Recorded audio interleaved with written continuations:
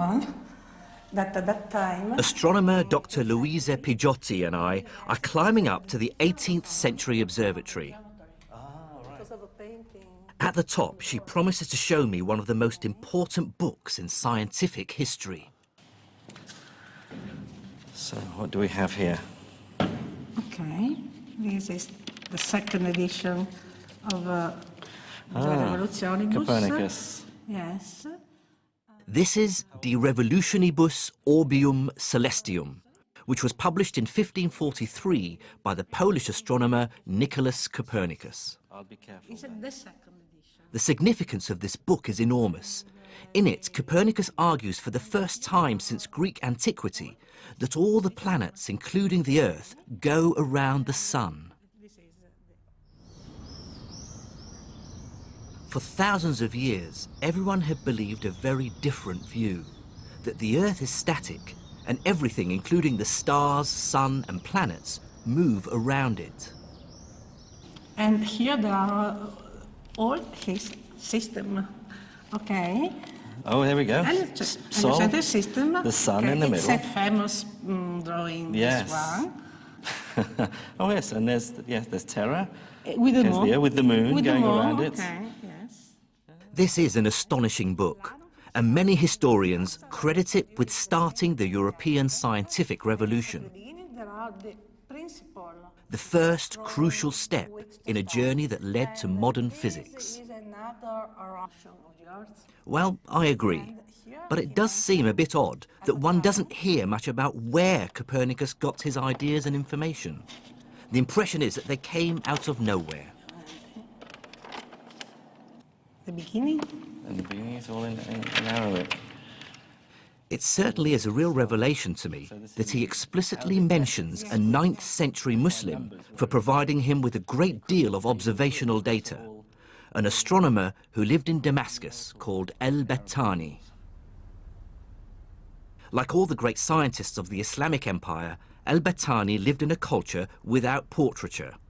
All we have are later impressions of what he might have looked like. And here he mentioned Hipparchus, Calippo, Ptolemy, and so on, and he started to mention what he called Macometus Aratensis, and means al-Battani. Okay. And then the second book here. And the second book is, we can look at the beginning in Latin. I see, we can open it. Copernicus, in fact, made extensive use of al-Battani's observations of the positions of planets, the sun, the moon and stars. He worked with Latin translations, similar to this one, of the Syrian astronomers' data. Kitab al-Zij al-Sabi. So this is Battani's Zij, is his Yes. book of star charts. So it has the Arabic. Yes, all the Arabic Arabic on one treatise, side, yes. yes, and then the Latin version. That's convenient. But he had the data, the observational data by al-Battani. You know, And Copernicus's book is full of clues that hint at other past sources. And though al-Battani is the only Islamic astronomer Copernicus actually names, recent detective work has uncovered clues that Copernicus based many of his ideas on the work of other Islamic scholars. The clearest example is Copernicus's use of a mathematical idea devised by the 13th century Islamic astronomer al-Tusi, called the Tusi couple.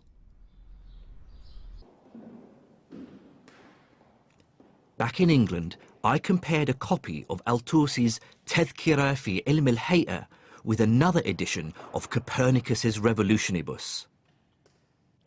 In it, there's a diagram of the Tusi couple, and there's an almost identical diagram in Copernicus's book, even down to the letters that mark the points on the circles. So in al-Tusi, there's the Arabic alif, which is A, there's the ba, which is B, the Jim over here is the G, and the Dal at the center, D. It's a remarkable similarity. Now, this might just be coincidence, but it's pretty compelling evidence. In fact, I truly believe that Copernicus must have been aware of al-Tusi's work and other Islamic astronomers. Further detective work also shows that Copernicus used mathematical ideas for planetary motion that are remarkably similar to ones developed by another Islamic astronomer, a 14th century Syrian called Ibn Shatir. For some historians, this cannot be coincidence. Copernicus, to me, I have no proof. I don't have a smoking gun. But to me, it looked like, and again, by analyzing his own works, it looks like he was working from diagrams. Somebody gave him a geometric diagram of what was done by Ibn Shatir to solve the problem of the moon, for example, to solve the problem of the upper planets, to solve the problem of the movement of Mercury. He had diagrams, and he was genius enough to be able to figure out from the diagrams what was the underlying theory behind those diagrams.